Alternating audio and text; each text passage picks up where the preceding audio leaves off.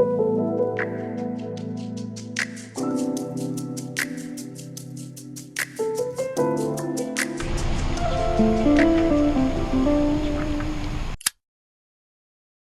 came in the trucking industry in 2019. In 2018, I was laid off from a job where I was at for a very long period of time. And for those of you that have been following the channel for a while, you've heard me speak about this on a few occasions. But I think that experience for me really changed my mindset and how I looked at the workforce and just jobs in general. I felt that having a CDL and getting into the trucking would allow me to have some sense of stability when it came to jobs within the industry. I don't think trucking is going anywhere, but I would say some of the jobs within the trucking industry aren't necessarily recession proof, at least in my opinion. So prior to getting into trucking, I was doing a lot of due diligence, a lot of research on what I wanted to do. And I kind of narrowed it down to what I'm doing now, food service, because a couple things that was important to me. Number one, I wanted to make some really good money.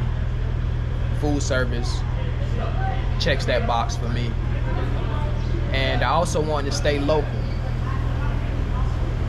And again, food service checks that box for me. In addition to that, I needed to find a job where I could come in with zero experience and someone would give me an opportunity. Once again, food service checked that box. So, as a new CDL driver with zero experience, you guys know it's a little bit more challenging to find a job when you don't have any experience, or at least a good paying job. In food service, you can come in the door making anywhere from $70,000 to $100,000 your first year. So that was very enticing for me. Trucking for me has definitely been a blessing. I think for anybody out there that's interested in getting into the trucking industry, I say this all the time, but it's so important that you do your due diligence, do your research on these trucking jobs or whatever job that you plan on pursuing.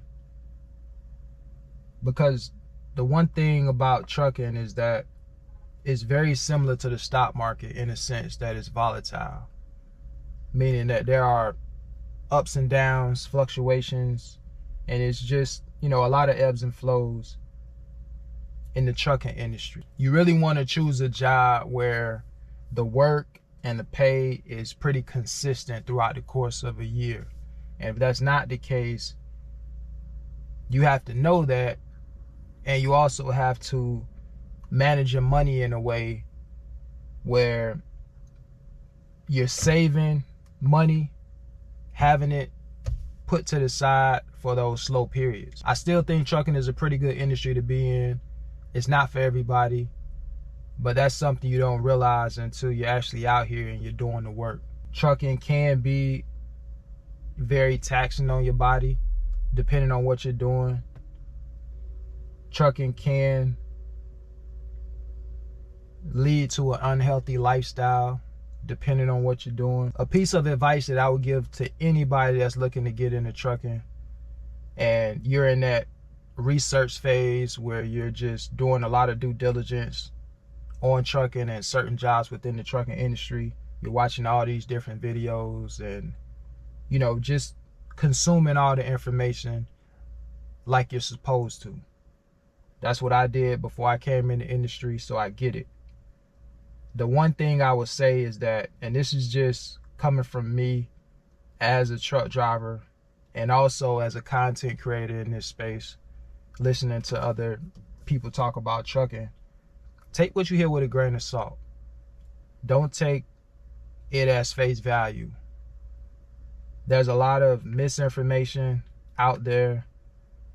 There's a lot of discouraging commentary out there, and you just have to use discernment and figure out what's real and what's not. Again, there are a lot of good trucking jobs out there, and there's a lot of bad trucking jobs out there.